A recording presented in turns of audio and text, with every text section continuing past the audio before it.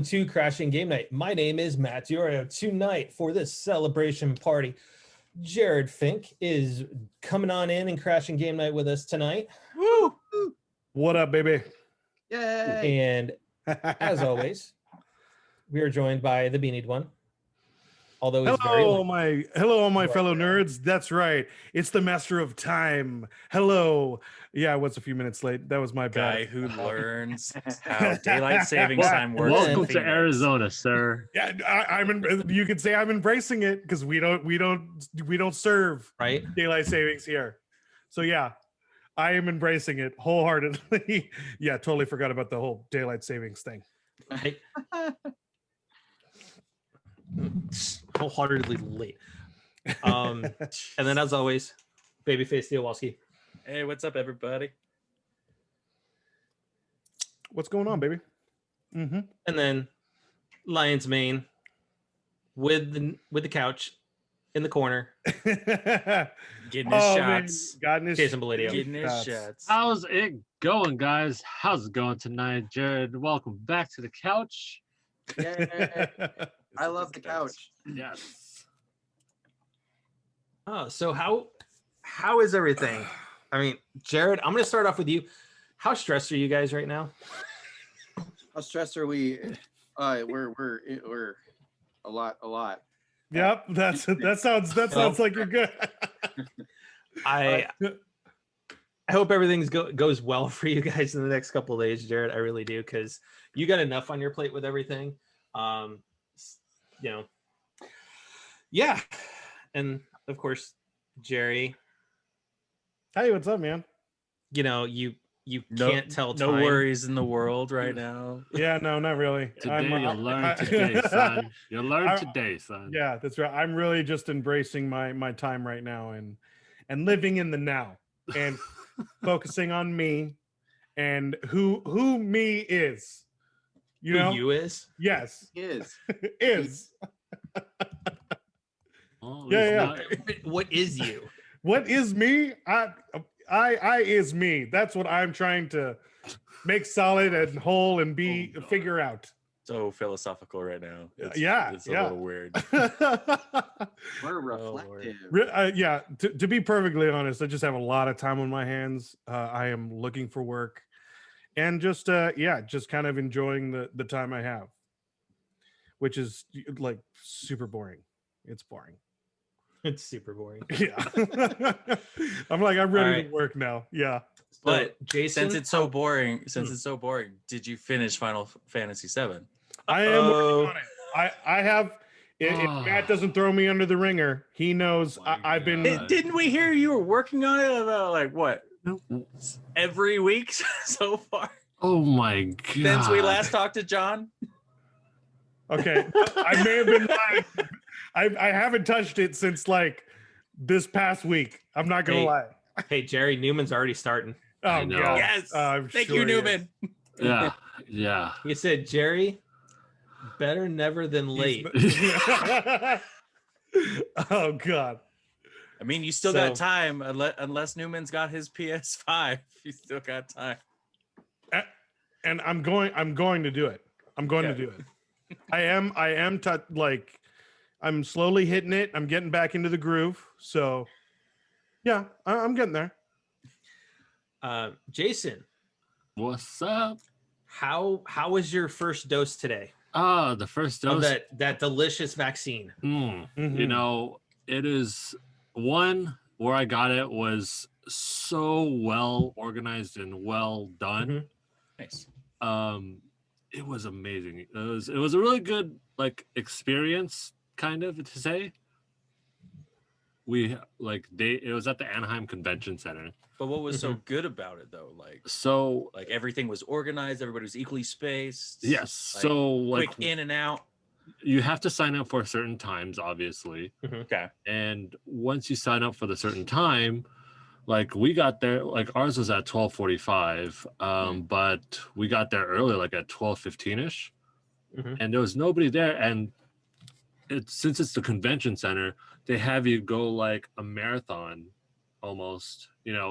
You walk almost the entire convention floor.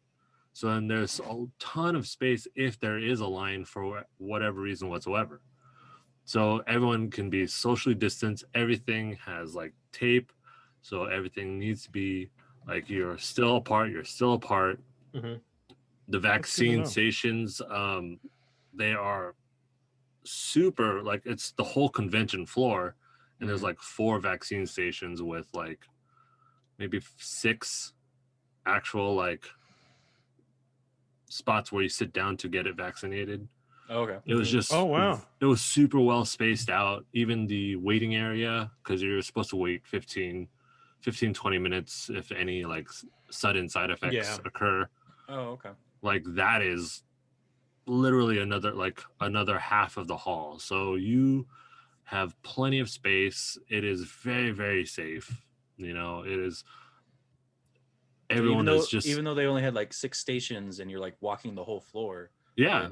That's did it still take a long time? Like, no, were you for there us, for like an hour? No, like I literally was there for maybe half hour at the most. oh And wow, 15 so and 15 minutes of it was It's just the sitting. waiting. Yeah, Mm-hmm. oh cool. yeah. Wow. It I was registered. great. I registered for mine today. Yes. Oh, So nice. I am hoping I can get it before we leave for Phoenix. I'm on like So 5 different wait lists right now. So right now, I'm hoping for the J&J, so I can just get one shot and not have to deal with it anymore.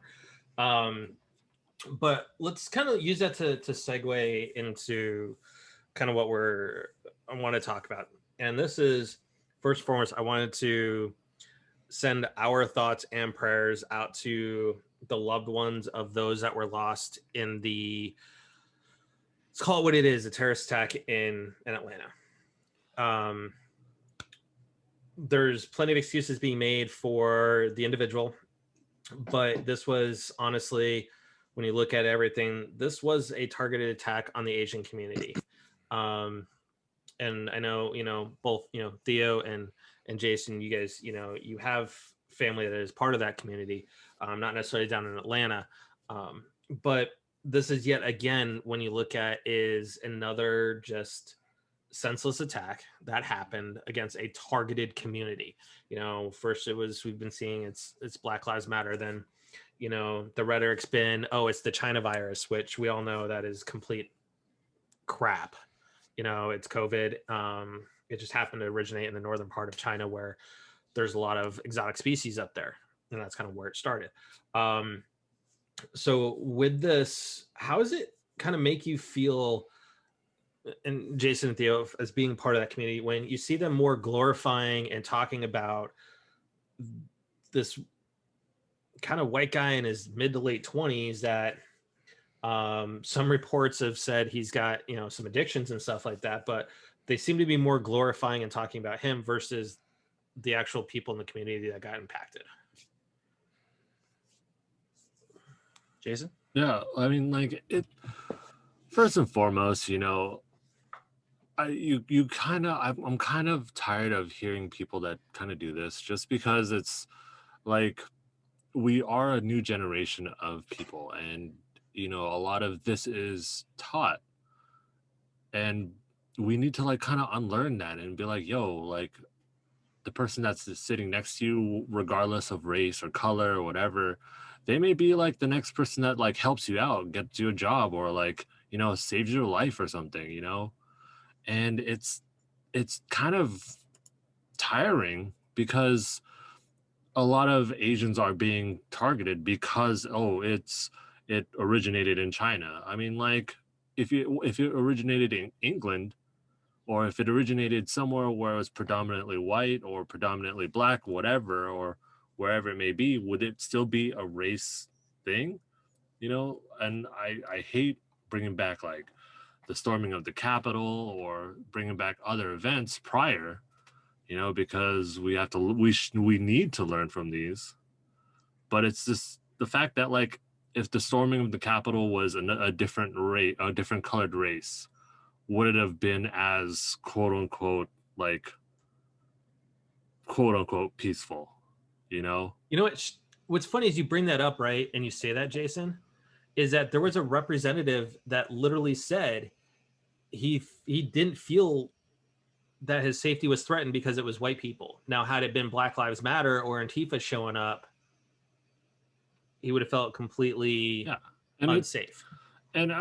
Having the right, like, yes, all Americans should have the right to bear arms, and I know a lot of people that do, but I mean, it's usually needs to be for self-defense. Leave it at home. Like, there's no reason why you need to wield it around saying like, oh, like I have the power. It's what are you trying to protect yourself from? If it's somebody invading your home, yes, that makes sense. But if you're out in the street and somebody just says, hey, how's it going? You could shoot them, like, and be like, hey, he approached me. And it's like, whoa, what? Wait, how did this escalate from 0 to 100? That's, I'm not pointing views and such, but it's just my initial thought of being like Asian. Like, I was down in Garden Grove. I have a question for you guys. So would you guys say that this is still residual, I don't know, like a residual, like shockwave from the previous administration, to where we're kind of still at a point of turning of the tides, to where we're trying to get to more tolerance and more compassion? Or do you feel like there really hasn't been that big of a change right now? For me, I think it's a residual in terms of the acceptance of it.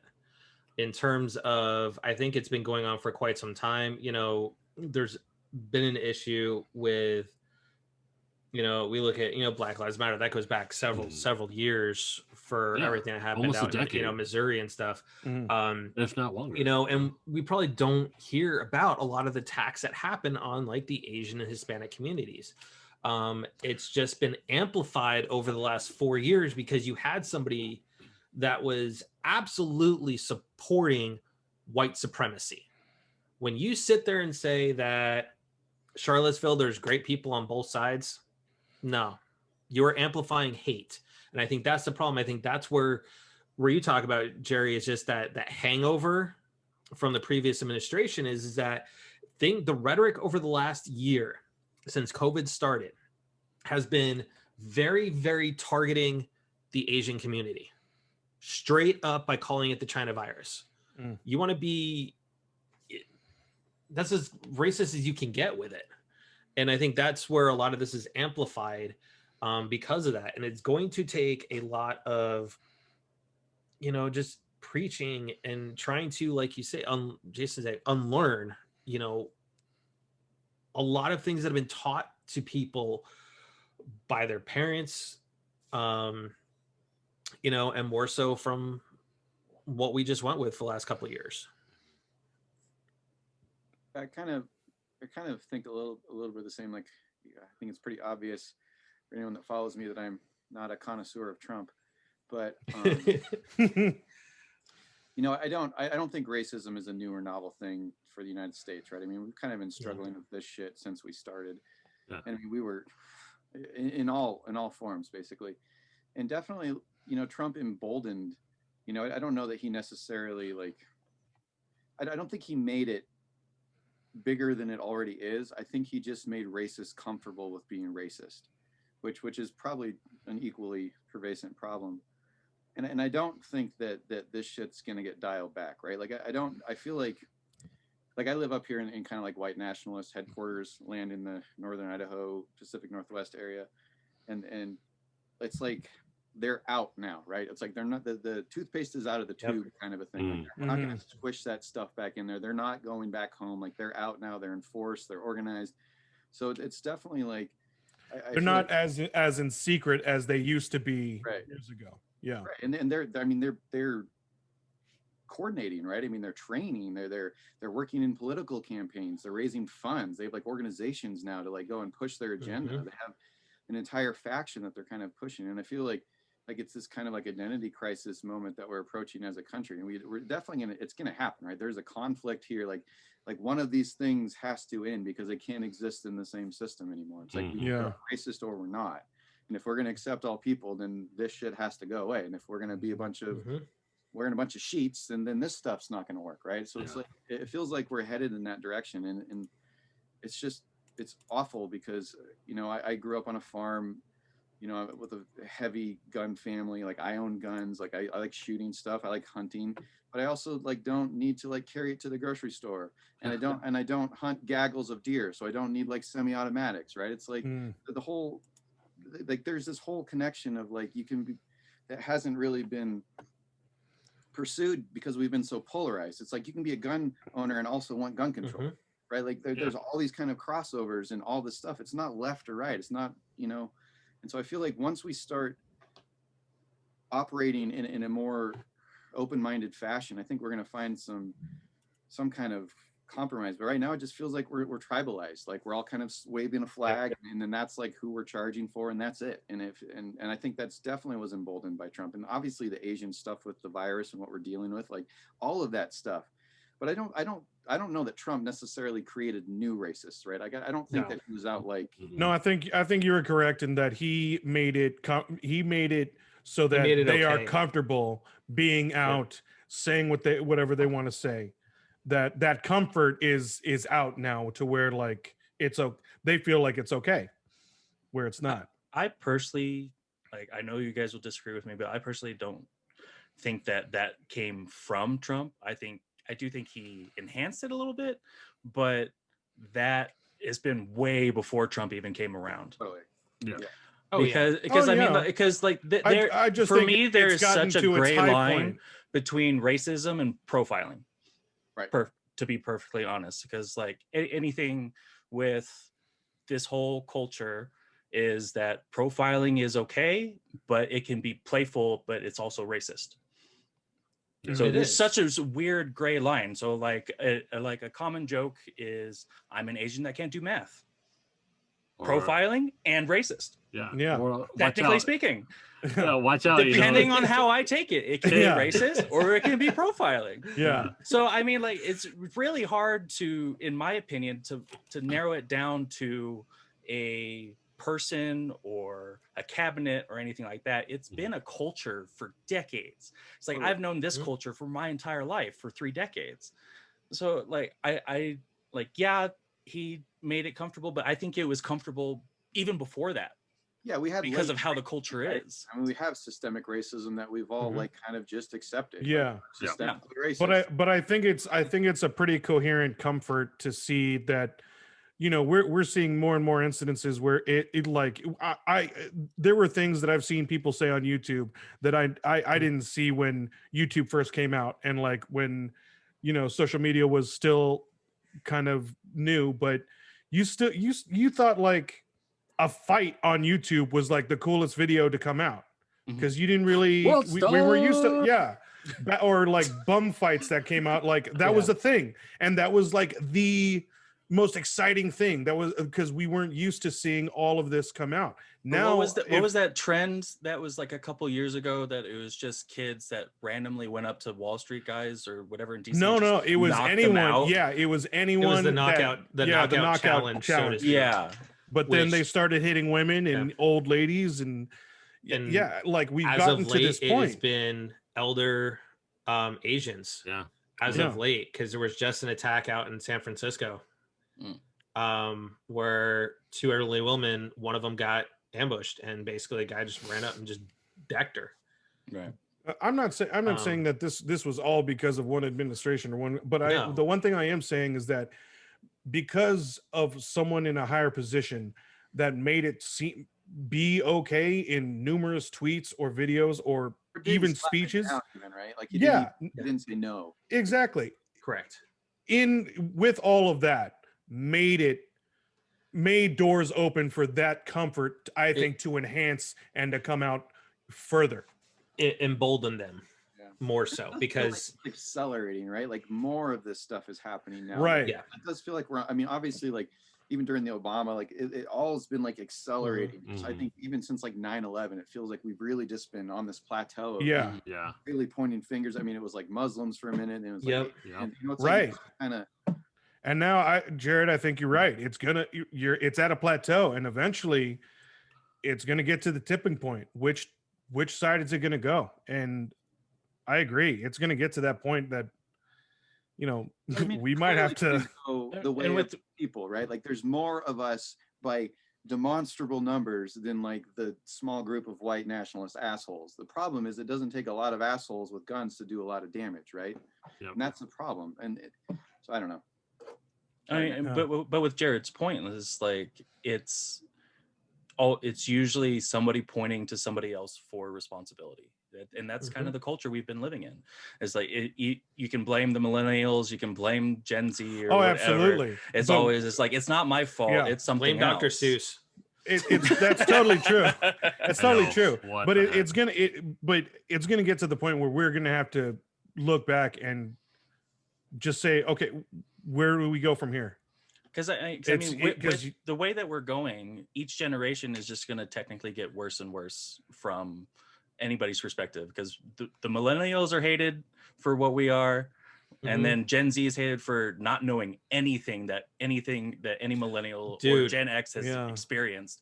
So, I mean, I recently watched a video of a mom trying to teach her kids how to make change out of 20 for 1725, and they were baffled on how she came up with 275. Did you see the one when the mom gave the kid a CD player and a CD? Like, this is what is this? Yeah, they had. Right?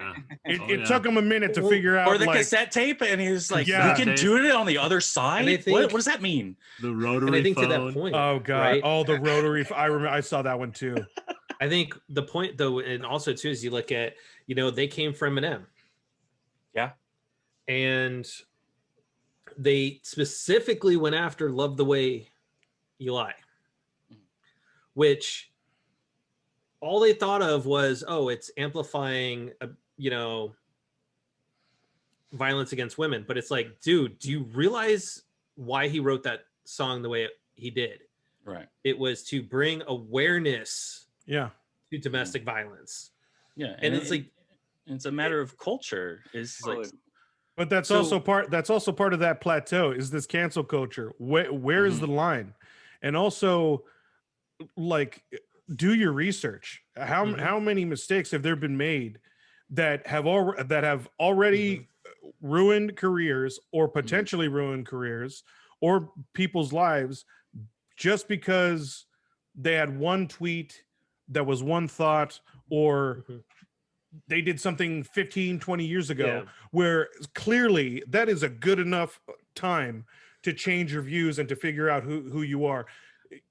At 20 years old, I didn't know who I was, and I'm still figuring it out, but obviously, but yeah, I mean, where's the line? If we're going to don't make it sound like you're so young. You're making it sound like 29 was only a year ago. I mean, if we're really they're really gonna go after cancel culture, right? And they're really gonna try to start targeting things. They need to target the hate, and let's stop the hate, because even then, on like TikTok, I saw a video that was these two white kids that were sitting there saying, well, it was something to the point of, you're just gonna be continuing, why are you listening to this degenerative rap? And they were more looking at it as targeting the older generation, right? But here's the thing is, when you look at what Tupac was doing, they call that degenerative, but you look at the song Changes. Yeah. And he was speaking up about the atrocities that, some of that violence has had on him, on the Black lives, and that we have to make changes to make everything better. So we need to basically come down to it and stop the hate, period. I feel like there's a positive outlook though through this whole thing. Like, as shitty as it is right now, this kind of feels to me a little bit like the last movement of a dying animal or something, because I think as time goes on, just by the law of diminishing return, straight up white ethno state dudes, their numbers are going to keep shrinking as we keep mingling, right? It's just over time, we're basically ending their thing, which is why they're doing this, right? It's they can see this just as well as we can. And especially up here where I live, that's kind of the plan. They want to start their own state, this white ethno state, where they can secure the white privilege and the white race and all this heritage bullshit that I don't even really know what that even stands for, honestly. It's kind of like the same guys that wave the Confederate flag and it's our heritage. What is your heritage in? Like slavery? What is the defining difference between you and a non-Confederate? Perfect point. Perfect point.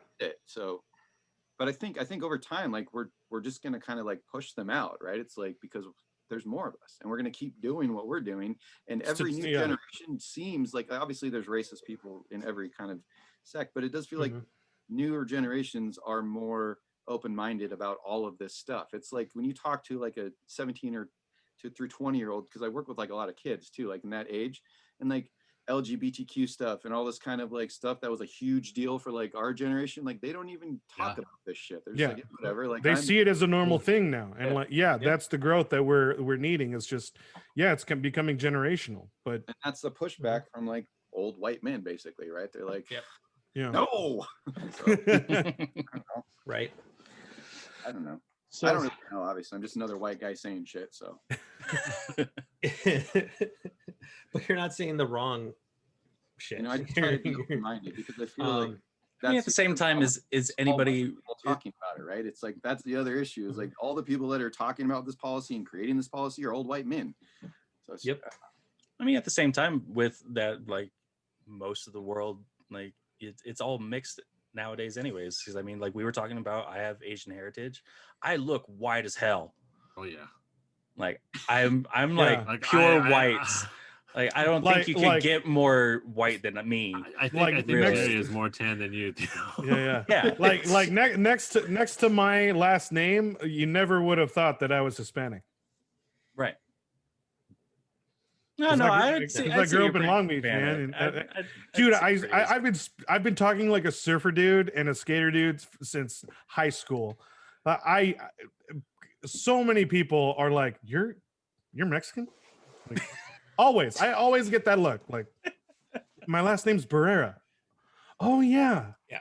Oh wow. No. But I think it's that culture though. I think. Oh yeah.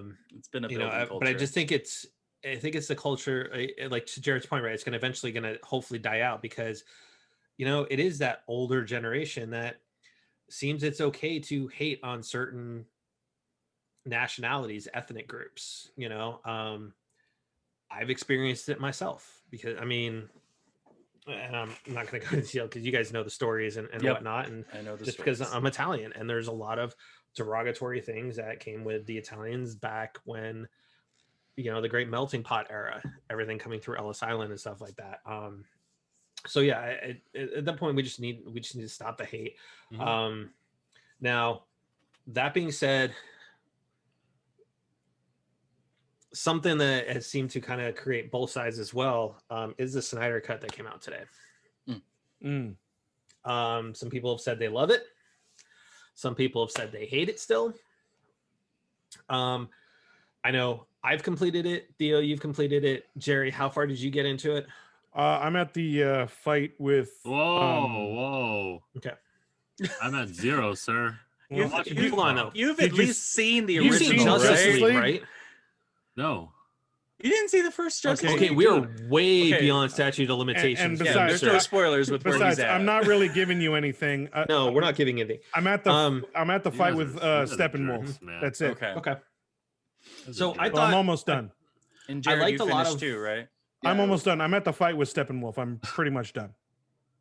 I like a good portion of what they added back in because it added more context back to how ragtag some of the scenes felt in the original movie. But that being said, you can't shine it up any more than what it actually already was. I enjoyed it more, but it was still not a great movie because they all needed their own movies first. There were still certain approaches that I definitely agreed with that helped improve it. I mean, like, I feel like it was light and day for the Flash in comparison to the movies. I'll give you that for sure.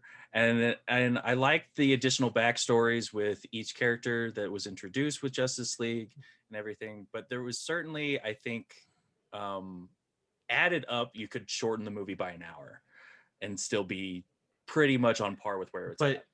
If DC pulled a Marvel and actually gave them their own movies prior to Justice League, you wouldn't have needed all of that backstory.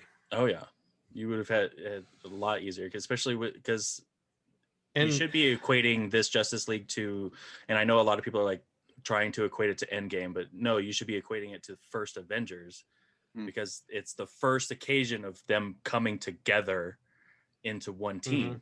So that's what it should be really being associated with. And like you said, Marvel did it right. They had the building blocks set up for Avengers so that way you don't have to spend so much time on the individual characters in order for the team together to make sense. Jared, what did you think? Without spoilers. No spoilers. I'm like a huge comic book junkie. I've been reading books since I was a kid. I've definitely always been like a strong Marvel guy over the DC dudes. Like I just didn't attach myself to the characters as much. So like I think part of my feeling towards it is just that. Like I obviously love Batman, but like Superman for me always kind of felt stale, and some of these other characters. But that being said, like I don't know, I thought the first one was like a burning dumpster fire of a superhero movie, and this one felt like they put an extinguisher to the dumpster fire, but the dumpster was still there. So like I dug it. Like there was some good stuff. I like that they fleshed out some. That's a good one. That's the best mental image That's a good I one. could I have like had for that entire movie. That poor burnt dumpster is still there. I do like that one. Yeah, you just still smell it. It's pretty good. It felt like the fundamental stuff was kind of broken from the get-go, and like I think he did a really good job of making it a cohesive movie. Kind of like I thought like Wonder Woman. Like I didn't think Wonder Woman was like this mind-bending great experience, but I thought it was like a good solid movie. I was like, this is a good DC movie. Like we found a good one finally. Here we go. Yeah. You know? And this kind of felt like it was in that vein, but it's still just like, ugh. You know what? I hate it less, I guess, is my final review. Yeah. So, I agree. As much as everything that I've seen, being a fan of Zack Snyder, and like honestly, I am a fan of his. I think he went kind of the safe route because I was getting a real Watchmen vibe from this huge Snyder cut. Like the feeling, the pacing, the cuts, the over explanation and background. Yeah. That's fair. I thought the pacing was on par though. I thought it was a little bit faster than Watchmen, but I thought it had a good rhythm. There were points where like he was slow-moing on a security guard. Yeah. That was just so like, dude, make a quick cut. Just do a quick cut. Like Dances with Wolves had better pacing. That's saying something, man. Waterworld. So like, yeah. So like, Damn. I gotta say, I think it was a saved movie. I'd say, like, I would say that this was a more solid Justice League movie, but it just wasn't there from the get-go because it just didn't. Yeah, you guys are right. It needed more oomph from the other characters to build it up, and this just felt like a safety cry. Like, so I have a question with a matter of perspective. Now with Zack Snyder, if I can add just one more thing, there was a huge gaping hole that I had a huge problem with that I think was overlooked. Okay, we can talk about that after. Yeah. So there's no spoilers. But now that we have Zack Snyder's and it's marginally better, do we still think it's within the bottom 3 of all DC movies? Because we definitely know that Batman versus Superman is by far on the bottom. Wonder Woman, Aquaman, Shazam, and then whatever you guys want to put up. You put Shazam that low? Really? I enjoyed Shazam. So did I. It was at 1, 2, and 3. Oh, for top. Okay. Top. I was going from the bottom up. You have to put Batman Begins and Dark Knight. No, I thought we were just talking about DCU movies. Oh, you want to talk about DCU? Yeah, just DCU movies. Yeah. DCU, right? Yeah. Honestly, I mean, whatever. My bottom 2 right now is Batman versus Superman and Wonder Woman. That's last. That's so last. I have not watched 1984 yet, so I have no context. You saved yourself. You saved Probably yourself just 2 hours. before. Yeah, that'll probably be just before Batman versus Superman. Here's the thing: is there were parts of Batman v Superman that I enjoyed, but that's because it was borrowing some from one of my favorite comics, which is The Death and Rise of Superman. It should be lower Dark Knight Rises. because of that. Well, no. I didn't say I'm raising it up the bar there at all. I'm just saying I enjoy pieces of it. But because that was like the best arc of Superman. That Right? arc right there. And they cut it into half of a goddamn. I can't get into it. I hate that movie. Do it. They just like yeah. Okay. Oh god. And the fight. Like, did you say Martha? Like, and isn't that fight supposed to be like Martha? so iconic in That's a my mom movie? Yes. So I hate that movie. I hate that movie. So yeah. I hate that movie too. I hate that movie, Jerry. So the original Justice League, I had down below Batman v Superman. Really? The original? The original. Okay. No, the original, I know what you're saying. Josh Whedon. Because there was a lot it still had entertainment factor. It still had entertainment factor. So did I pushed that. I would put right in forward of Batman v Superman. I would put the Snyder Cut above Batman v Superman, but not by much.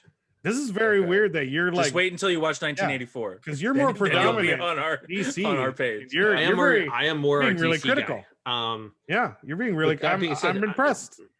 I mean, let's look. I mean, it was crap. Yeah. So, I mean, when you look at like Justice League, right? It's just honestly, there was Cyborg needed his own movie beforehand. Flash, I don't like Ezra Miller as Flash. I don't. Agreed. Agreed. Now, that being said, though, I'm reserving judgment like I would for, say, them resurrecting Spider-Man after the debacle that was Spider-Man 3 with the emo Tobey Maguire. Because the fact is we are going to see almost Flashpoint. So I want to see how they do it. Because we are getting Michael Keaton back, who is by far, hands down, in my opinion, will always be the best live action, definitive, the best live action Batman. Now, Batman and Batman, Bruce. The best Batman overall, and Bruce, the whole package. The best overall, though, is still Kevin Conroy, but that was the animated show versus live action, so I differentiate the two. No, but I mean, but Michael Keaton was still the best package for live action. If we're looking at because then we have the other ones are just half. Okay, that are decent. Where's Michael? Right now, if we're talking DC movies, I still like Bale, man. I liked Bale. Bale was I love Bale. Bale's my hard second. I still like Affleck for Bruce and Bale for Batman. I like Bale for Batman and Keaton for Bruce. I think if I could like meld that together. Oh, but I like Keaton all around though. I like Keaton all around. That being said, me too. Yeah. Nothing is as bad as Batman and Robin. We don't talk about that. We don't talk about. You know what? George Clooney doesn't even talk about that. So no, he doesn't. He doesn't. Anytime the question comes up in interviews, he apologizes. Next question. We're not. And he apologizes. Now here's George Clooney more than Val Kilmer. Val Kilmer is I above actually like Val George. Kilmer more than George Clooney. Yeah. Yeah. Oh yeah. That being said, Batman Forever still wasn't a great movie. Nope. No. And honestly, I would say in some ways the Snyder Cut is better than Batman Forever. But that doesn't say much though, because that whole bottom group, you might as well just throw a dart at a dartboard for who's the worst, because it's all going to be the same. Well, the thing for me, like with that being said for Batman Forever, I actually feel the villains did it for me for Batman Forever to set it above Zack Snyder's, because Tommy Lee Jones and Jim Carrey was so good. Okay, yeah, Jim Carrey as Riddler, I will give you. But Tommy Lee Jones as Two-Face was terrible. But this is the thing, though. Tommy Lee Jones had to match like kind of the crazy of what the Riddler was because of the tone of the movie. Everyone expected that performance from Jim Carrey. Right. He was at the height of his career. Yep. From The Mask, Liar Liar, all of that. We were going to get something wacky and colorful. I still don't think it was the strongest depiction of what Riddler could be. No. Oh no. That's why I'm excited for the It was too Batman. playful for Riddler. It was too playful. Smart, like evil strategizing Riddler, right? The Arkham Riddler, for me, is like the closest they get from the comic books. It's his psychosis is to beat Batman at his own game, and that's what makes him crazy. Like that's what I love. And you know how critical I am when it comes to Batman, because Batman is my favorite comic book character, hands down. And I'm excited. I am going on record, Jerry, and I'm saying this. I am excited for the Batman. Me too, man. It looks good. Mhm. I've been saying, I've been saying it since they announced they cast him. He's gonna do a good job. Yeah. Ever since I've seen a lot of his indie movies, and I'm like, dude, he's stepped up his game. He did really. great That in being Tenet. said, Yeah. So good in Tenet. that being said, it is DC, and they do reserve the right to screw it up somehow. True. Oh, yeah, but that's going to be on the writers and the directors more than Correct. So let's move on to some gaming news. Can I get some of the stuff away so we can get to the rest of the big news for the night? So, Yeah. Downside this week happened over at Activision, where they let go 50 plus of their employees. A good portion of them were within the esports and the live events area. Oh, I mean, that kind of makes sense. They are looking at it. Everybody's going more digitally, so they're kind of trying to shift that way.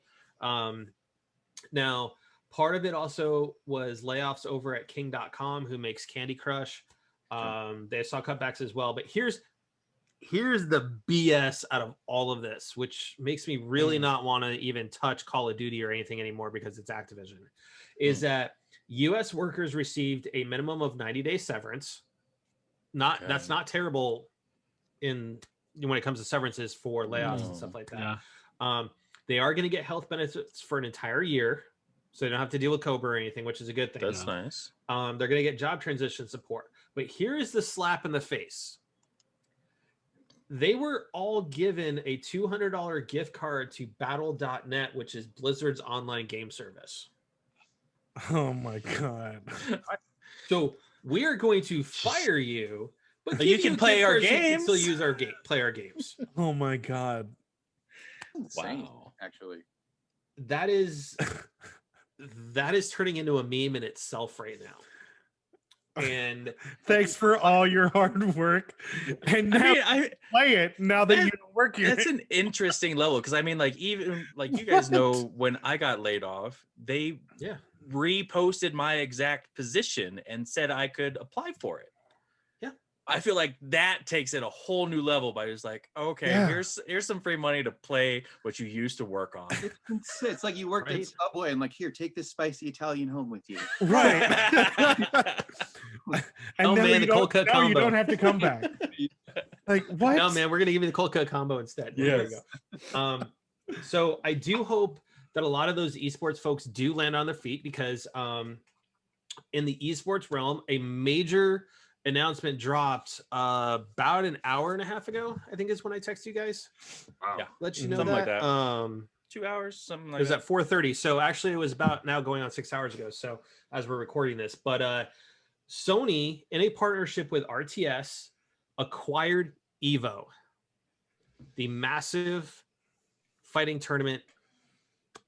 I am That's out shocked there. at that. I am shocked. You hear at that, Activision? Even Sony is still supporting the esports.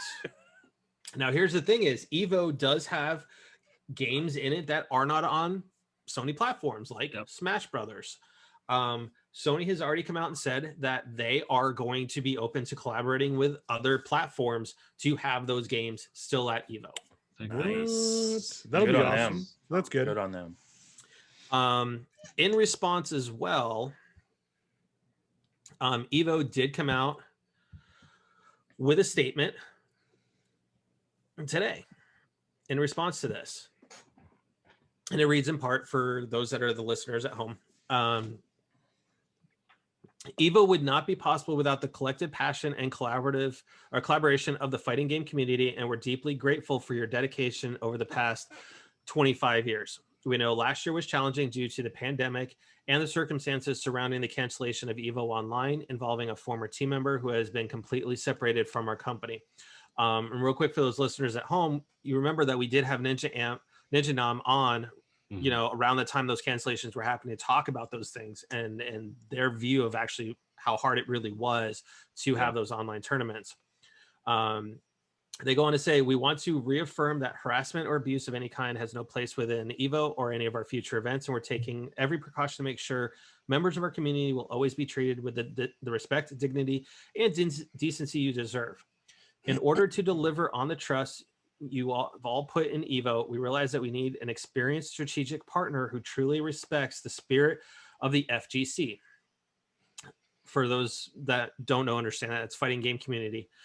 This is why we're excited to announce that EVO has become part of the joint partnership of Sony Interactive Entertainment and RTS. The new partnership is committed to bringing amazing tournaments and competitive gaming experiences back to you this year and beyond. We're thrilled to work with the teams at PlayStation and RTS to bring you EVO 2020 online this August. More information on the event will follow. From the bottom of our hearts, thank you for your continued support, Tony and Tom Cannon. So I think this is a great move.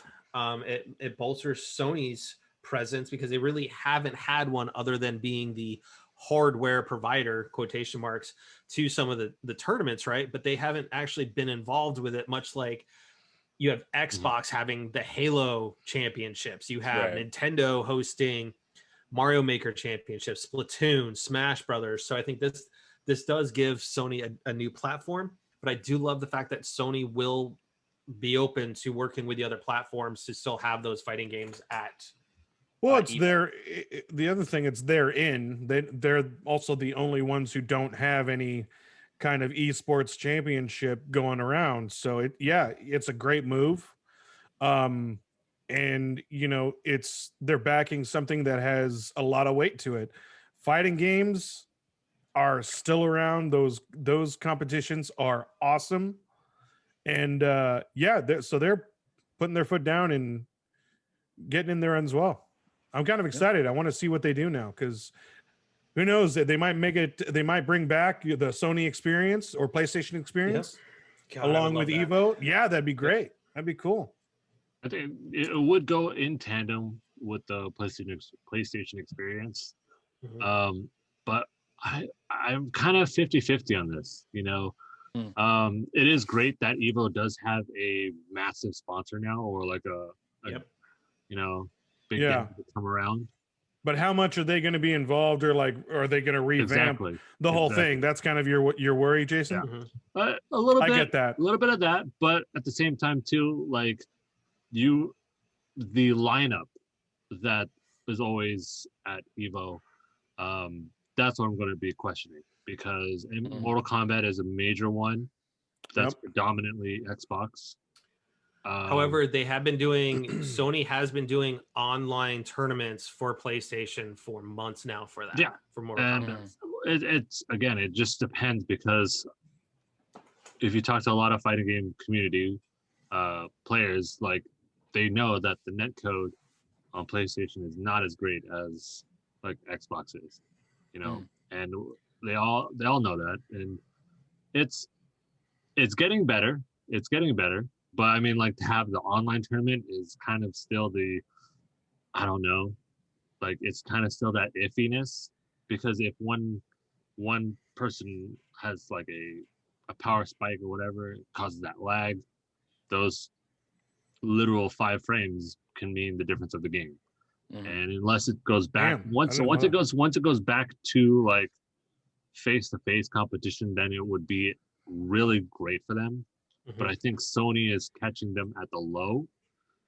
So unless they bring, Sony has to put in a little bit more effort than they expect to right now in order to bring it back up to the high, And it's great too for Sony, because EVO has so many tournaments that go in tandem with Capcom Cup, and there's EVO Japan, EVO America. Yeah, there's a lot of them that Sony can now be international with this. Sony can be a part of all of it. Yeah, Sony's now going to be international. I see Jason's point, because it's still very business strategic as well, because you said, EVO's it's a smart move. It's a good business idea. You're buying your stocks at a low, and you know it's going to shoot up as soon as situations change, type of deal. And I could definitely see that. But I agree with Jason that it's definitely it's kind of sucks that it's online. But they don't really have any other choice. But again, it becomes that whole Disney thing where how much of Sony is going to be in EVO now, and that again is the big question. It's great, but how much are you going to push XYZ. How is it going to change? Just like with Yep. E3, with people leaving and how much that Yeah. changes. Yeah, how much Yeah. when people leave, when people come in. Yep. Like all the indie Mhm. games that go on the side in tandem, you know, like how is that gonna fix all that? Yep. I don't know. So the other thing that came out this week along with that for Sony is they announced their Play at Home extension now, if you will. So as part of the Play at Home earlier in the month, they announced that they were going to have Ratchet and Clank be that free game, kind of like they did on Uncharted last year. They came out this week and announced they're adding more games to the lineup. So they're adding, you know, just when you look at it, Abzu, Rez, The Witness, Gungeon, Subnautica, Moss, which was a big VR game for them, Astrobot, Paper Beast, and Thumper. Now, one other game is they are doing Horizon Zero Dawn for free as well, starting April 19th. And it's the definitive edition. Yes. Yeah.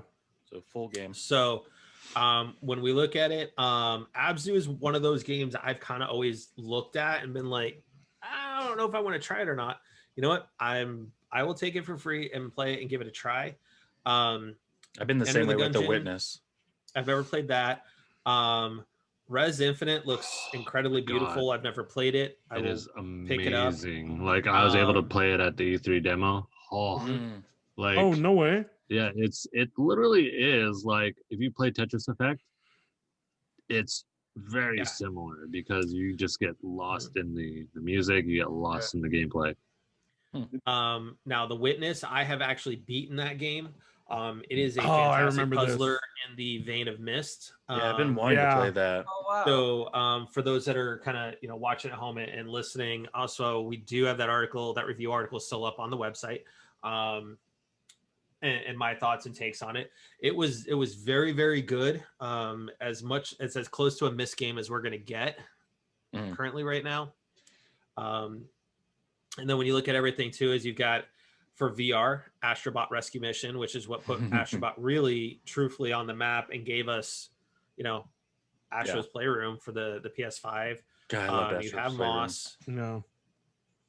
You have Thumper, which has been getting great reviews. Really? Rad, yeah. Yep, and then Paper Beast, which that looks that one pretty looks awesome. sick. That one looks really cool for those that have a VR. So those will be available starting March 25th, and then they're going to run through till April 22nd. Okay. Now today was also the Square Enix event, which some of us were looking forward to see kind of what they would announce, because they did say they were going to announce some new stuff. So just a quick overview on it. They start out with another Outriders trailer. They did a little bit for Lara Croft's 25th anniversary. They announced, there's the Netflix animated show coming. They announced that they're going to make a Tomb Raider cookbook. The big one, though, was that they're releasing Tomb Raider Definitive Survivor Edition, which is going to be all 3 games bundled together. That'll be cool. Which will be really cool. They were good games. Yep. Then they announced Just Cause Mobile. Then you got Space Invaders mobile AR game coming. Two House Spell Bubble, which kind of looked like a Bust a Move Bubble Bobble kind of knockoff clone. Darius Cosmic Revelation, another Bubble Bobble. They announced that today the Avengers upgrade for the PS5 and the Series X, as well as the Hawkeye story, are all available. Whoop-de-doo, Basil. And then that Black Panther is coming later this year. I will say they made Black Panther look really freaking cool, but still, I'm not going to play that game. Much like Snyder Cut, there's not much you can do to improve it. Yeah, I mean, I think they did a decent job of making it look good, but I know from talking to that's it. Jerry and Matt, like this is really that's all they did. That's all they did, bro. They're gonna make it so it kind of looks. It is like a beautiful, shiny, Golden fleeced turd. That's exactly what it is. Golden fleeced. Golden fleece, because it really does look pretty. It does look pretty, but the gameplay just wasn't great on it. And then you've got they showed off Balan Wonderworld, Life is Strange sequel, True Colors. That looked interesting. That looked like I'm actually excited for Life is Strange. Yeah. They also announced Life is Strange Remaster Collection, which will come out later on this year as a standalone. But it will also be part of, I guess, the definitive edition or collector's edition, whatever they want to call it, of True Colors. It'll be included for free. And then Project Athea, which is that new IP that we saw during the initial PlayStation 5 event. I am so happy finally this answered the question, and it looks finally gets its name, and it's going to be called Forspoken. Yeah. And it'll be due out next year. And I think the coolest thing about it is that it's got a dragon that's chasing you. It's cool, awesome. Man. It almost like I hate to be blasphemous, but it was almost like Avatar-ish.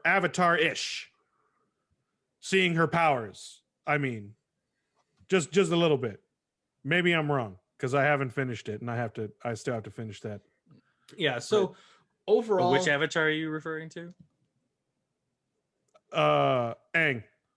Okay. But what I'm saying is like, but you haven't even fully watched the show, so you can't talk. Sir. I know. In saying that, I'm just saying like the gameplay, like the powers that she kind of wields, kind of looks along that line. It looks really cool, and the terrain, jumping from terrain, and it looks amazing. Yeah, the engine that they're using is and then spectacular. It looks beautiful. Square also made some bigger announcements as part of Xbox Game Pass this week. And I have to give it to this is a much better lineup. Xbox that they are coming. And they're not slowing down. But this just solidifies our theories that they're always going to be pushing Game Pass. Well, I think everything versus in general, gold, because all the gold games suck, but Game Pass is rocking. Well, that's why I kind of agree that I think gold is going to go away eventually. Yeah. Oh, definitely. But when you look at this lineup, right, you have Outriders will be day one launch on Game Pass. Yeah.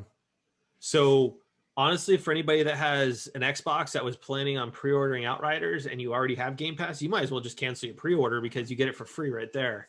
Right. And you can at least try it out and figure out what it is. But the other big one is Octopath Traveler. Yes. Which was exclusive to the Switch in terms of a console. It is going to be on the Xbox. Mm-hmm. That's so dope. That's awesome. You got Yakuza, Noir, you got Squadrons. You got this is a solid lineup. Dude. This is a Undertale. I think overall, when you look at the grand scope of things over the last week and a half of all the announcements that have been made, including, finalizing Bethesda and everything, Microsoft is coming. They are coming back, and I have to give Phil Spencer and his team, Aaron Greenberg and Bodie and all them huge props for what they're doing and what they're trying to give the Xbox community and ecosystem. I'm just curious to know how much they're how much they're giving for these major games like these. Like Octopath was originally only on the Switch. I wonder what they're giving to have it travel over to Xbox. Oh, gotcha. What the deal was in order to get it? What's the trade-off? Yeah. I don't know. I mean, that's what I'm curious. Like, it probably wasn't that big of a sale because I don't think that game sold a shit ton on Switch. Like it did not. It was like a massive hit, right? And they probably just signed an exclusivity clause, and the phrase is up. Now Microsoft's like, "We'll come in and buy that shit now." Yeah. It is a fantastic game, though. Amazing game. Octopath is an amazing game. So good. Yeah. And I definitely have to agree with Matt for giving them props, especially with Game Pass, because I mean, like with this lineup, it's not making me want to get an Xbox, but with the amount of PC, I would consider it. See, and here's the thing: is we've even after last week and everything like that, is I've already in the back of my mind been toying with getting an S.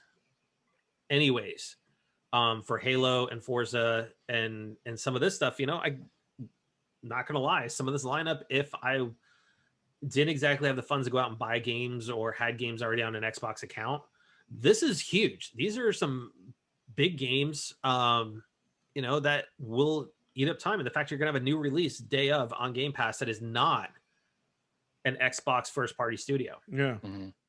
And it's supposed to come out as a big multiplayer. It's going to be, yeah. Rad.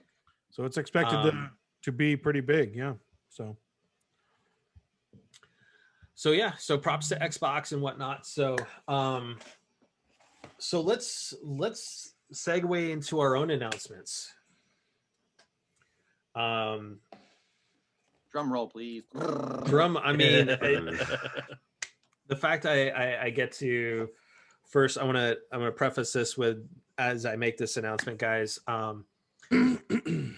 The announcement we're about to make, guys, we could not do it without our fans, our listeners that have been on this journey with us since January 1st of 2019.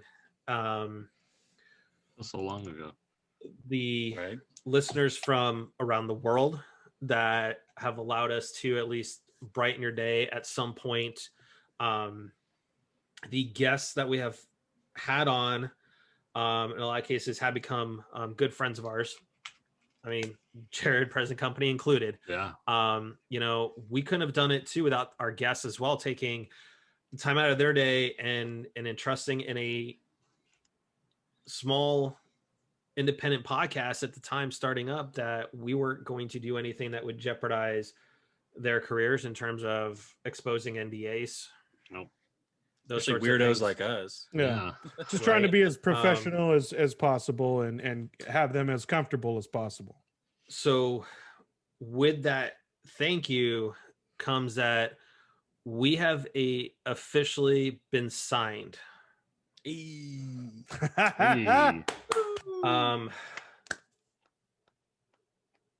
And Jared, I thank you for the opportunity that thank you, brother. You and Cosmic Wire are going to present us.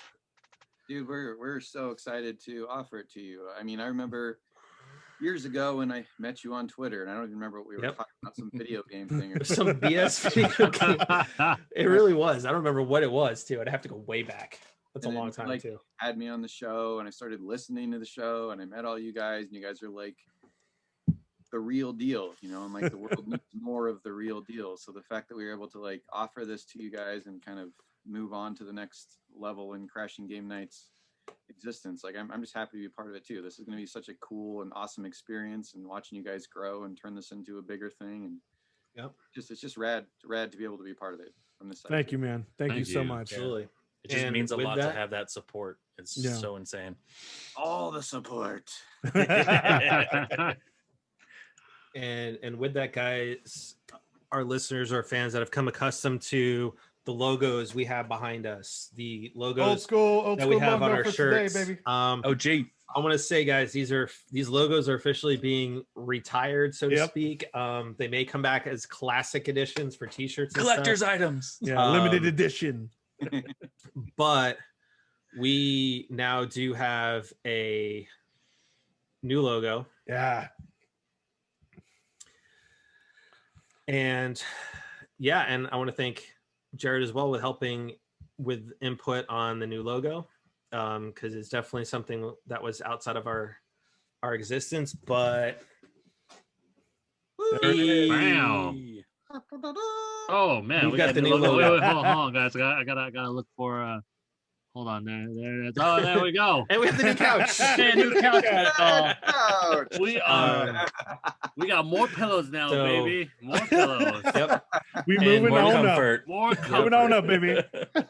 And with that, everybody, we have also redesigned the website for everybody as well, which has taken a lot of work to redesign our website and simplify it for everybody. So the website is now live, everybody, if you want to go check it out. But we've enhanced it so you guys have our new player, because we've actually switched our platform hosting as well to another provider.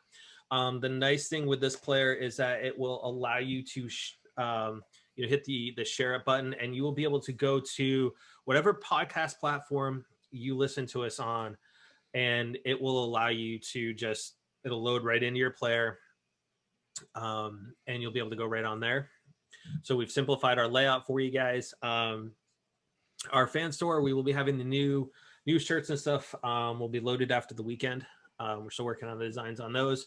However, I want to give shout outs to our buddy Pierre McDermott for designing our new characters for this. Oh my god. So this first time we're kind of showing this. We've had a couple of them for emotes for a little bit, but this is our first real. They're out in the world, so we've got, of course, you've got me. I'm literally wearing that right now. I'm wearing shorts, a black shirt, and my beanie, minus the chanclas. I'm going barefoot. I mean, we all know me. Uncharted is my absolute favorite series, so of course he kind of drew me as a little bit of Nathan Drake and a tie-in, and of course we've got our Mega Man.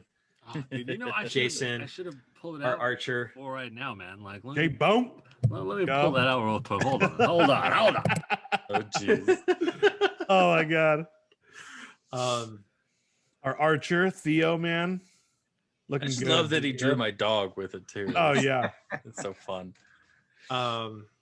So yeah, we will potentially look at doing some special edition shirts and stuff later on down the road with the characters and stuff, and we've got some other things that are in the works that are way down the line. But so this guy's still ultimately, thank you. This was all because of the fans. Yes, and absolutely. I cannot be more humbled and more thankful for everybody that has tuned into us, especially since we moved over to Twitch. Those couple of people that show, and then we've got everybody that listens to us go to podcasts. So thank you so much. Thank you everyone so much. A lot. And we've got some things that are planned in the works that from a guest perspective and everything, that we hope that you guys have come to trust in us, that we've had guests on from music and film and the gaming industry to actually talk about their actual careers and what it's like to get into those different businesses, what it's like. I have no idea what Jason's in the process of doing right now. I can't tell. Kind of scared at the moment, but I mean, honestly, compare it to Jerry and his kangaroo suit, nothing could be that bad. So first of all, that was awesome. That was hilarious. Really? Yeah, me and my little homie. You didn't like my little homie? I don't know. The way you showed up, it was kind of like you were drunk already. I mean, we all know Jason's the salsa person, but yes. But yeah, so absolutely. So welcome to the new Crashing Game Night. We will still everywhere. Oh, there he is. Oh my god. There he is. Oh, he's got it. Oh my god, I love it. Nice. Yeah, I'm sorry about that. I had a Oh my god, that's attach awesome. It on, Yep. I didn't know you had that. So yeah, we'll still do our blog and everything for everybody that enjoys reading the articles and whatnot. So dude, that is amazing. Where did you get that? Dude, my wife actually got it for me many years ago. You're supposed to say I think that needs to become a regular thing with Jason, because the Mega Man. Jerry's got Beanie. We got Jason with Mega Man. The problem is hard because like all my hair just like gets trapped all over in it. Then you have to properly feather it again. Yeah, get it gotta like properly coiffed and it's all the grooming. You know what we'll do? We'll find you the blaster. I know the Yes. Yeah, we'll find you the blaster, dude. Oh no, I got the blaster too. It's just, I didn't want to bring that out, dog. Bruh, you want me to go off screen? No, not right now. I mean, next time we'll make it a thing. Oh.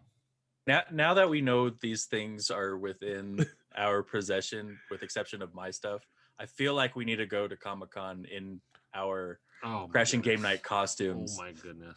1 year. That would Oh, be I'm totally amazing. down. I'll be so comfortable. That is cool. Like, No, you would. You just need to throw on a cape. oh, that's all I have to do. Everything else, I'm good. I'm good. You guys actually have to wear costumes.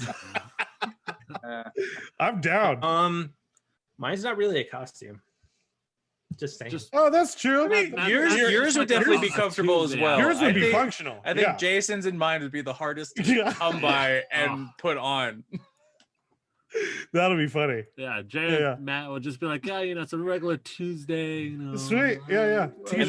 then Throw in a Henley. easily Jerry and Matt could always be like, we don't know these guys. We're walking this direction. Right. Turn my cape So- into like a hood really quick. So with that being said, what's ever been playing? Jared, I will let you go first. As a guest. Or Jared, which one are we on? Jared, Oh, Jared. our Oh, guest. I've been doing a lot of Ghost of Tsushima. You know, I Nice. went through the whole thing, and I did like all the Legends mode. And I finally got every trophy in that game, even on the DLC. But the Legends mode's really fun. It's got kind of some like Diablo stuff going on. You're rolling gear. There's a lot of quests. You know, I hope they kind of expand it, but pretty much ran that one into the ground. So I started with Death Stranding, you know, like a couple days ago, because it was just one that I missed, and I love all of his games, you know, in general. Yeah. Not sure that I'm loving this one so far. I think it's beautiful and amazing, but it's also like we talked It's about different. We're just kind of delivering packages. So, Yeah, it's different. It really is different. yeah. And then, you know, I've been trying to finish up my plat on Demon Souls, and I'm playing Bowser's Fury on Switch. And How is that? It's really good. Yeah, it's really good. So it's a great Mario game. That's kind of my wheelhouse right now, though. All right. Theo. I've been keeping it pretty minimal because I've been up in the training because I'm getting a little excited for going back to a tournament in May. So I've been upping up the training just a little bit. So I've been sticking with Apex with the boys and some Destiny 2 still been enjoying that. Just the instant gratifications. Like you just have to spend 15 minutes and you like accomplish half the stuff for the day.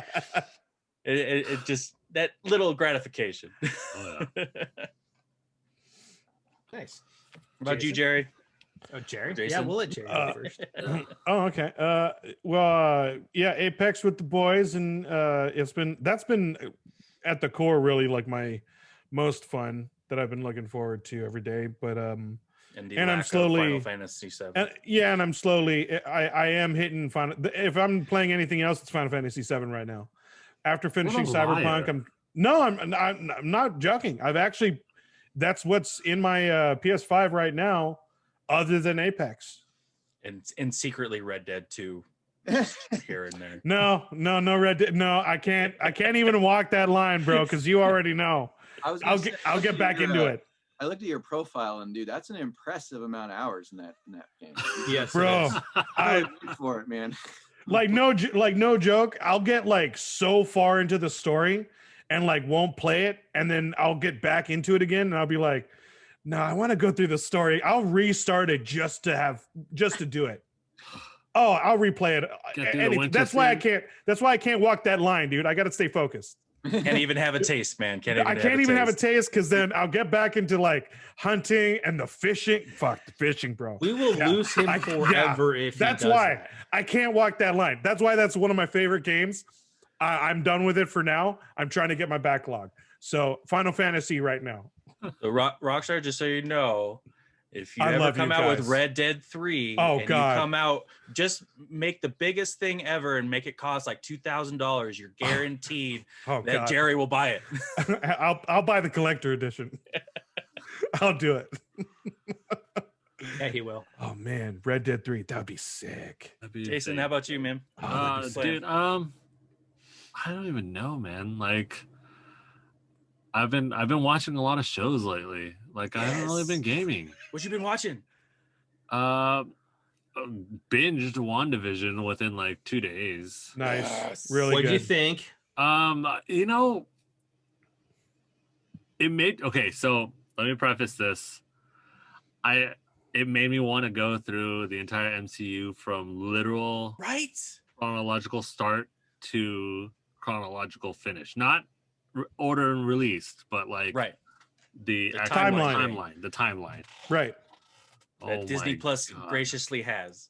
Yeah, so yeah, which it, like both me and Ro were looking it up. We're like, oh, let's check it out, like see what, and then Disney Plus has it just right in that same order. Oh, yeah. Give or take one or two that like I guess they can be like overlapped. Yeah, swapped. It like makes no difference. But finished that was like whoa, like about episode 5, 6. That's when I was just starting to be like, yo, I can't, like just mind boggled. Binged. Stopped at 2. Like I have to power through this. Everyone tells me, right? But going into it, just expect a WandaVision show. Just watch. Like don't listen to any of the noise or the theories. Don't Vision show. Yeah, don't listen to Jerry. Don't listen to Matt. Don't listen. Well, Theo hasn't really talked as much about it, but just watch it as a regular show. Just watch it as a regular show. Don't with zero backstory. Just watch it as a regular show. It's a lot better that way. Fair. It is a lot better that way. Very true. I was agreeing with you, bro. But yeah, then I binge watched the Queen's Gambit. That's so good, dude. So good. I haven't watched it yet. Oh, I'm watching Resident Alien right now. I'm an old Firefly fan. Alan Tudyk is the man. I have to say, I haven't really liked. It's really funny that show that much. Oh, it's like really Alan funny. Tudyk like plays the character perfect, but I think the writing is still a little lacking for him. I like it. Watching Queen's Gambit, like it made me like, oh my god! I went onto Twitch just to watch some chess channels. Dude, I wouldn't watch chess on YouTube. Like all these. Yeah, Jared knows what I'm talking about, man.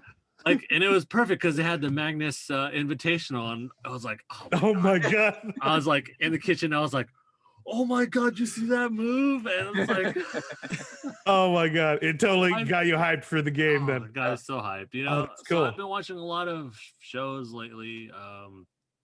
What are we on right now? Right now, she's watching a lot more of Paradise PD. Like we're going between Netflix, Hulu, Disney Plus, and nice. I've just been doing pretty much dailies for both Final Fantasy, Destiny, here and there. I'll pop in. Wait, Destiny. Right? Oh, I mean, Division. Okay, I was gonna say if you're playing Destiny with that way, I'm gonna be. Yes. I know you on PC, and I got nobody on PC with me. But yeah, then once in a while. Don't worry, Theo. He's just moving on from ditching us to now ditching you. Destiny crossplay is coming this year. Which if it does, I might steal it from my brother-in-law. It's still free to play. Yeah, so no, it's not like all the craziness, but yeah, and then once in a while I'll pop in Phoenix Wright while I'm having like dinner or something. Working on the second one, Justice for All. So nice, nice. Yeah. Not too bad. Did you guys any recommendations of shows, movies? Other than Resident Alien, I'm trying to finish what I start. So I started Modern Family on Hulu. One that my wife and I found that like I'm totally not into this kind of genre at all ever. But have you guys ever watched Alone? Do you know what Alone is? No. So it's on Hulu or Netflix. I think that's Netflix. Yeah, it's on. They just put it on there, and it's like they drop people off in like the middle of South America or ones in Mongolia or like. I saw the trailer. Yeah. Like they have to film themselves living alone for like in the first couple seasons. Like they didn't have any of the like regulations, so like people are like calling emergency evacs because like bears are coming into their camps. Oh shit! Absolutely insane. And like I don't like any of that kind of wilderness. Like I'm not into watching hunting shows or anything, but I swear to God, this is the most entertaining thing I've ever seen in my life. Wow. You know what? there is one show I will suggest, if only, but if you're a fan of Silence of the Lambs. Oh, love that. Well, on Clarice? CBS, yeah, the show Clarice, it starts. First of all, the actor that they found to play Clarice Starling, as a young Clarice Starling, because this takes up after the Buffalo Bill case and what she's been doing in the FBI, and the actor is superb. She's got the accent totally down, and the show is actually really good. If you love the serial killer or like mystery kind of cases. I would say it's doing Silence of the Lambs justice. So I would suggest that show and Resident Alien. Surprisingly, you might not be into the genre because it is like a romance film, but I was greatly surprised how much I enjoyed it. Is a movie on Amazon Prime with Jaden Smith and Cara Delevingne. It's called Life in a Year. Huh. I saw that trailer. It's so good. It's very surprising how well Jaden did. That reminds me too. Like I have to we watched Coming to America, the first one. Yes. Yesterday. I just saw the sequel. Yeah. I just saw the second one. So tomorrow we're going to be watching Justice League and Coming to America 2. There you go. Or Coming to America. Yes. Yeah. Nice. So it's weird. Like just been needing to unwind and decompress the brain a little bit. So, just nice. How about you, Matt? What you been playing? Watching. Matt? Playing, Matt? Well, Animal Crossing. I mean, yes, thank you for sending me stuff since I haven't been playing. Yes. I appreciate it. I got a little inspiration because I received Stonehenge over last week from Gulliver. So I did a little bit of an ode to Zelda Lost Woods on my island. That's funny. And it is completely walled off, so you have to find the way into it. That's funny. So I did get a video of that posted up on our TikTok channel. Spoilers. Showing it everything and whatnot. But it was a lot of fun to do it. Now, if they do the Master Sword for like the anniversary of Zelda and stuff later in the year, oh yeah, Stonehenge is getting flipped out and the Master Sword's going right on in. I just want to dress up my character as Link. That's what I want. They got it. They have to do something like that. They did it for Mario, right? Yep. They did it for Mario. Probably. Been playing Marvel Ultimate Alliance 3 some more. Getting further on in that story. Just got Daredevil and Elektra and Iron Fist in that one. And then, of course, some Apex Legends. Yep. You find folks, which Jerry and I got to win the other night. Hey, want to win a chicken dinner, guys? I'm still surprised that I've actually been enjoying Apex because I don't like Battle Royale games, but I've been enjoying Apex. Jared, have you been playing gone on the Apex bandwagon? I have never touched Apex. It feels like I have to do this because I have so many friends telling me to play Apex. It is a lot of fun. Like we're coming from like the Call of Duty. It's a good COD replacement. Yeah. And when they find stuff that's broken, like they just found out with the replicators, they will remove it from the game until they fix it. Whereas COD will just leave the shit in there and keep letting it get exploited, and they'll fix it whenever. Yeah. With an extra 20 to 100 gig update. And you guys should all play Legends and Ghost of Tsushima because that is awesome. I mean, yeah, I gotta get around. I do want to get back into that too. It's a super just like raid orientated, like survival things, like tons of gear. It's very like kind of like Borderlands, meets Diablo type of a thing. Oh wow. That sounds actually really good. Yeah. So I actually haven't tried the Legends part yet. Yeah, it's. Really I thought you did not. We've been talking about it. But, yeah. That'd be sweet. Maybe we will. So with that, guys, Jared, thank you for crashing as always. Thanks for having me. You always have a spot on the couch. Man, the new and improved couch. The first booty. I have to say, I kind of think Jared's chair looks a little more comfortable than the couch right now. Dude, more pillows, man. More pillows. That's right. The first indent. The first indent, yes. The first indent always feels uncomfortable. You got the Sheldon spot. You're Yes, the Jared first. definitely has Sheldon's spot. You got the Sheldon spot. Newman says that's the thing. Keep throwing alternatives, Jerry. He will never get to FF7. Yes, I will. I'm staying focused. So, as always, guys, thank you for crashing game night with us. As always, if you like what you heard, guys, make sure to follow us on that podcast platform that you're listening to us on. Certainly you can head on over to crashinggamenight.com, check out the articles, check out in-game videos. We have the player on there, so you can absolutely find us on the platform that you prefer to listen to us on. If you want to be part of the show, leave us a voicemail. There's a link right there on the website. Let me know what to watch next. I've been binge watching a lot. Jason needs help. Let me know. Jason needs help beyond just what to watch. Jerry doesn't need recommendations on games because he needs to finish Final Fantasy VII first. I need to stay focused. Yep.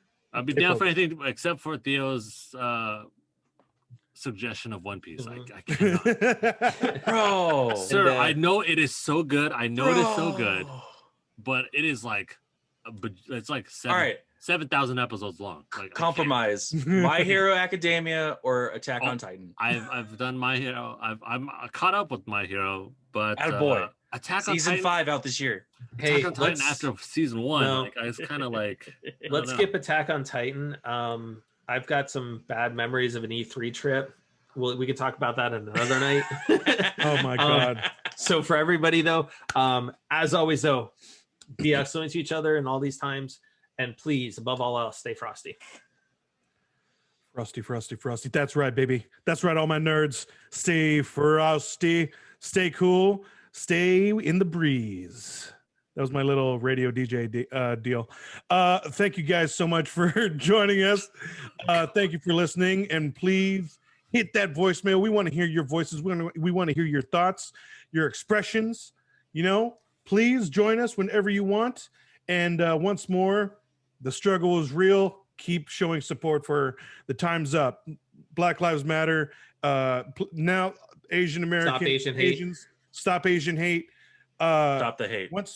Stop the hate overall. Once again, this is about compassion. This is about love. And just, open a door for someone. Let someone sit down if they're looking like they're struggling. Show some compassion out there. And spread the love. Thank you, guys. Jared, thank you again for crashing game night with us. Thank you so much. Thank you from the guys at Cosmic Wire as well. Yes. You guys are always welcome on this couch every single time. Definitely everybody out there, please, please, please. We are at phase 1, phase 2 almost of all these vaccines coming out. So if you have the ability to, like Matt, do sign up. Like Theo, please be on the waiting list because they are coming out fast and like a lot at one time. Thankfully for myself, I was able to get mine first shot today. But please, all you guys out there, as soon as we get more and more vaccines, please get those. It is very, very necessary so we can get back to a normal life that we can reminisce and figure out how normal life was a year and a half ago almost. Stay safe out there. Please social distance, wash your hands, wear a mask all times. Again, just be nice to each other, just like Jerry, just like Matt's saying, be kind and rewind, man. As always, thanks guys for watching. Thanks for listening. Make sure to follow TTFN. Ta-ta for now.